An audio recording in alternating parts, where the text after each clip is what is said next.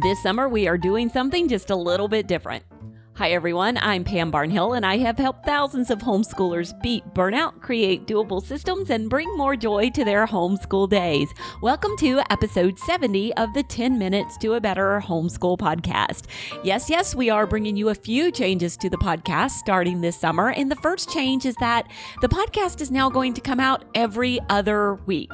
Sometimes I have to shuffle things around to reduce my workload just a little bit, and that is what I'm doing with this one. So we're going to come out every other week, starting with this particular episode. And so you'll get a week off to catch up, and then you can come back to us the next week. Now you might know that I have the Your Morning Basket podcast. When that one comes back in August, the two podcasts will be on opposite weeks. So you will always have a homeschooling podcast from Pam every week, just depending on which week it is. So that's the first thing. And then secondly, I am so excited to tell you about this little series we're doing through the month of June and into the 1st of July. And it is all about real moms planning. So how do real homeschool moms plan their homeschool year? How are they doing their planning? And so we have a few of them coming up on the podcast to talk about that. And there are some fabulous insights. Now, speaking of homeschool planning, this episode of the podcast is brought to you by Put Your Homeschool Year on Autopilot. This is our premier homeschool planning course with 10 modules where we lay out for you step by step how to plan. Now listen, we have got a fabulous bonus coming up later this summer. If you purchase Autopilot before June 30th, you can get our special bonus on how to manage a homeschool with multiple children. If you are homeschooling more than one kid, you are going to want this. This is how to take the plan that you've created and execute it when you have more than one child in your homeschool. And this is a 2-part workshop that we're going to be putting on in July with Mom of 10, Heather Tully. If anybody knows how to do this, it is her. And we're going to lay it all out for you and give you the system on how to get this done.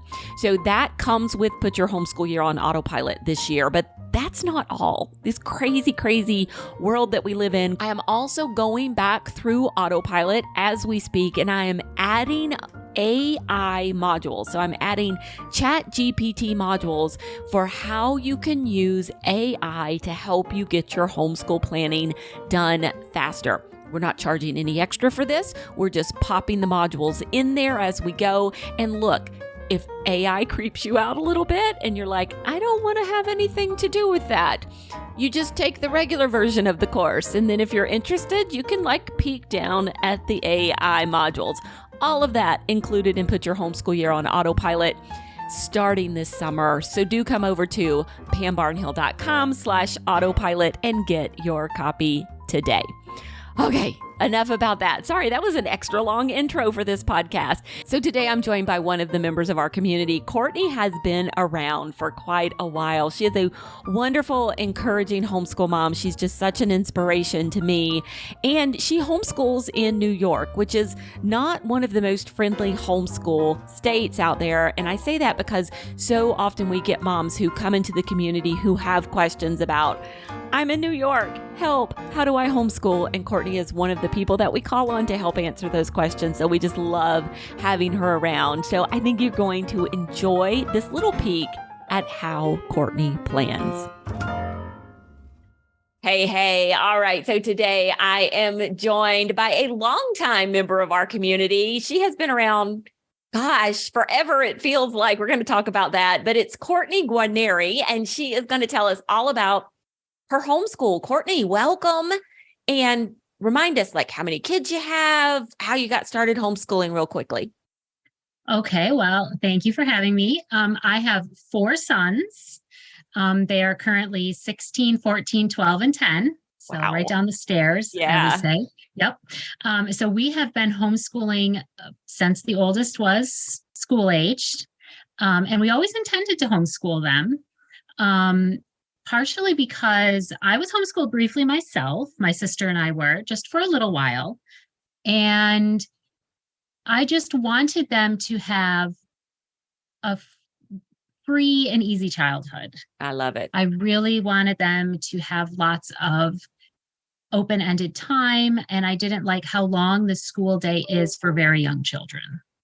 Love that. So that's how you got started. And then can you remember how long you've been part of our community? Because it seems to me like you've been there for as long as I can remember.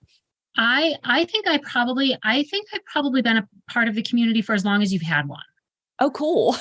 I mean, I really think so. I think some of your earliest, from the blog days, Mhm. and then I'm trying to remember what the very first thing you did was. It might have been a plan your year, or it might have been a consistency boot camp, but Okay. something way back. Way back. Yeah, Okay. So way Plan Your back. Year definitely predates Consistency Bootcamp because Yeah, it used to be like a little ebook that you would buy. And right. then Yep. we turned it into the Put Your Homeschool Year on Autopilot planning course. So let's talk a little bit about homeschool planning. Before you started using some of our planning stuff, like what kind of challenges did you face? Well, big on ideas and short sometimes on follow through. Ah, I think that is probably the biggest thing. Um, Figuring out how to take all of these grand ideas and put them into practice. Absolutely.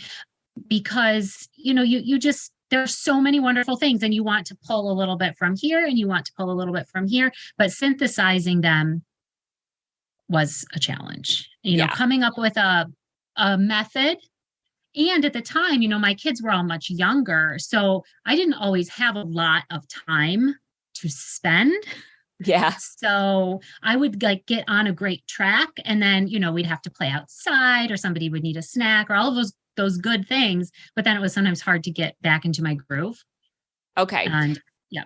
So there are a lot of people who would hear you say that and would think that planning would be kind of the antithesis to that kind of atmosphere. Like, why would you want to create a plan then? So how has specifically creating a plan helped you, first of all, have that delightful kind of childhood that you were after? Because people think of planning as so regimented. They're like, okay, here's this lady who Yeah. wants to have this delightful childhood, but now she's creating this plan. And then, like, how does planning help you choose the things that you want to do and prioritize? Well, I think that they both can coexist. And I think I think it is something that you have to live through to and kind of play it by ear. But I think it gives you a chance to know what you're doing or where you want to go when kind of those other open-ended times or the rabbit trails are over. So you can kind of pull things back together. You know that after you've had like this great morning playtime and you're gathering together, you know what you're going to do when you all like sit together on the couch. You're going to read this book, and you're going to look at this piece of art, and you're going to do this poem. And I think it all flows together. And I wish I could say that there is a plan to make that happen, but there's not quite a plan to make that happen. You live in New York, which is notorious for being kind of one of the states where people struggle. I think, actually, let me rephrase this. Nobody that I've met from New York really seems to struggle with homeschooling and Mhm. doing the things that need to be done to homeschool. But people Right. from New York who want to homeschool have the idea that it's going to be difficult. So how has the planning helped you meet that? And I have to say, the people that I know from New York are all people who are in our community and take our planning course. So hopefully that's making it easier for you guys, but nobody Mhm. ever seems to have a problem with it. People just seem to have a problem with the idea of it, Being able to have a record of what you have done, I think, is the most important thing when you're trying to homeschool in New York. Not necessarily because somebody's going to look at it, but because we do have, 6 times a year when we're in touch with the school district, it is really helpful to be able to look back and have more or less exactly what you have done. And sometimes you will add to that because things come up and kids go off on trails and moms go off on trails. But it is tremendously helpful to have, you know, to be able to look back and Yeah. know this is what I planned, this is what I did. Yeah. And I think it would be easy to say, looking at the end of a quarter and looking back to do that quarterly review to say, you know what? I have my plan of this is what I intended to do. And this is my starting point. And now I can go in and I can add things or I can subtract things as I go to turn in my record, to be honest about what we did or we didn't do. Right. But having that plan that I made as the starting point means that I'm not starting from zero every single time. Exactly. Half of your work is done for you in that case. Yeah, I love that. So it not only becomes the plan, not only becomes what I intend to do, but it's also the starting point for those reports that I have to turn in. Mm-hmm. Yeah. Yep. So I absolutely love that. So Put Your Homeschool Year on Autopilot has 10 different modules in it. Do you have a favorite? Well, I really like sitting down with a calendar and figuring out what the year is going to look like. And I cannot remember which module that is off the top of my head, but that is one of my favorites. Is it 4? I think it's 4, yeah. I think it's 4. But that one I always get excited about, also because there are different ways to think about planning that time, magic number, or, like Sabbath, the 6 weeks on, 1 week off. So I really like sitting down and looking at that. And I think the kids like it too, because they can kind of see like, this is how the year is going to be framed. Mm-hmm. So, and it's so, it's like an Anne Shirley moment. I'm like, it's all fresh with no mistakes in it. It's so beautiful. Okay, so do you do it in pencil or do you do it in pen? So I always print like 4 copies of that calendar from the forms, and I start in pencil, and then I highlight, and then I inevitably recycle that one and start again. So no, I keep it in pencil, but I try to at least highlight a few things, like when I'm going to do those quarterlies, when we're going to break for the holidays, that sort of thing. But. So of the various methods that we teach, because we teach 3 different kinds of methods of doing this. We teach the magic number, which is my favorite because that was like how my brain worked and how I came up with it. And then there is the term schooling, which is where you're doing so many on, and then you take a break week. And we have all of these philosophical discussions in the planning community about what a break really means and really doesn't mean, right? And then we teach the more traditional kind of take the summers off and school during the school year. And then there are probably 50 other ways to do it out there. Oh, so absolutely. Do you have a favorite that you use?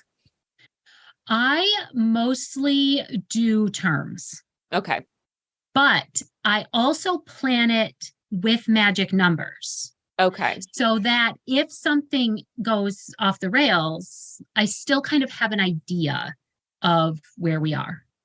But I often do terms, and partially because, with my oldest transitioning to like college classes and, just the way the church schedule works, sometimes that makes sense too. Yeah. Because your husband now he's an organist. Is he a choir director as well? Yes. Yeah, he does both. I love that you love module 4 so much that you actually do it 2 ways. Like you have the way that is my preferred way, and then you have the backup way just in case. Right, just in case. And really that's what planning is all about, right? Planning for those just in case contingencies, right? Yep.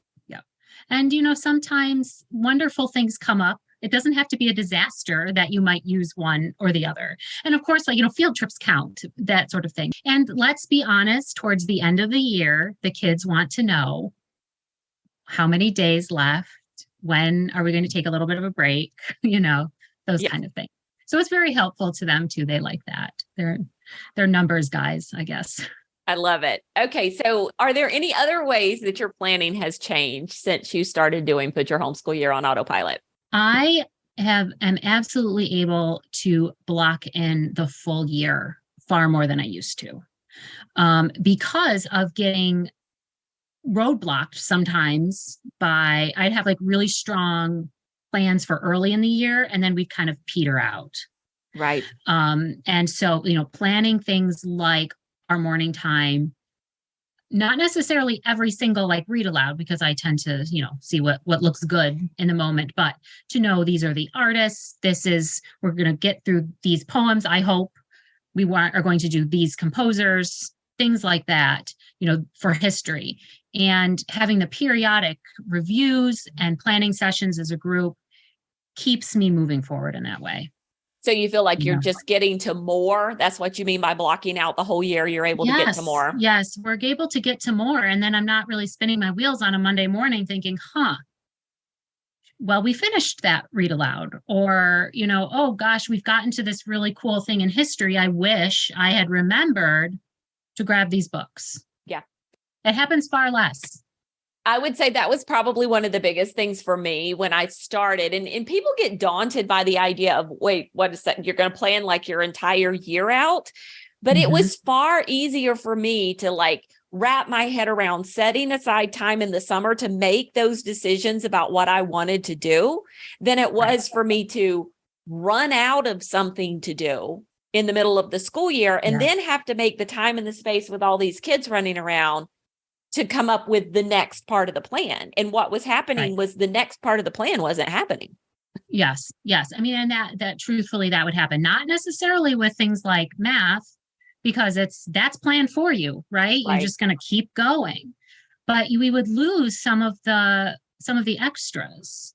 And that's kind of defeating the purpose, in my mind, because that's why we're doing this. We want to have time for all of those, those lovely things. Yeah. And, you're going to have to plan at some point. And so, my motto is let's do it and get it done with, as opposed to, Right. And we, and it's not, set in stone. Things will adjust naturally, but you have something to start from. You have something to return to. And that is invaluable, I think. And there you have it. Now, if you would like links to any of the resources that Courtney and I chatted about today, you can find them on the show notes for this episode of the podcast. That's at pambarnhill.com/TMBH70. And while you're there, check out Put Your Homeschool Year on Autopilot. We would love to have you join us in the planning course this summer. Now, I'll be back again next week with another homeschooling mom. This time it's going to be Heather Tully. I was telling you about Heather at the beginning. She's going to be helping us teach our workshop this summer on teaching multiple kids at one time. And we're going to be kind of giving you a sneak peek at some of the things that the course is going to be about. So do come and listen to that one. Until we meet again, keep on homeschooling.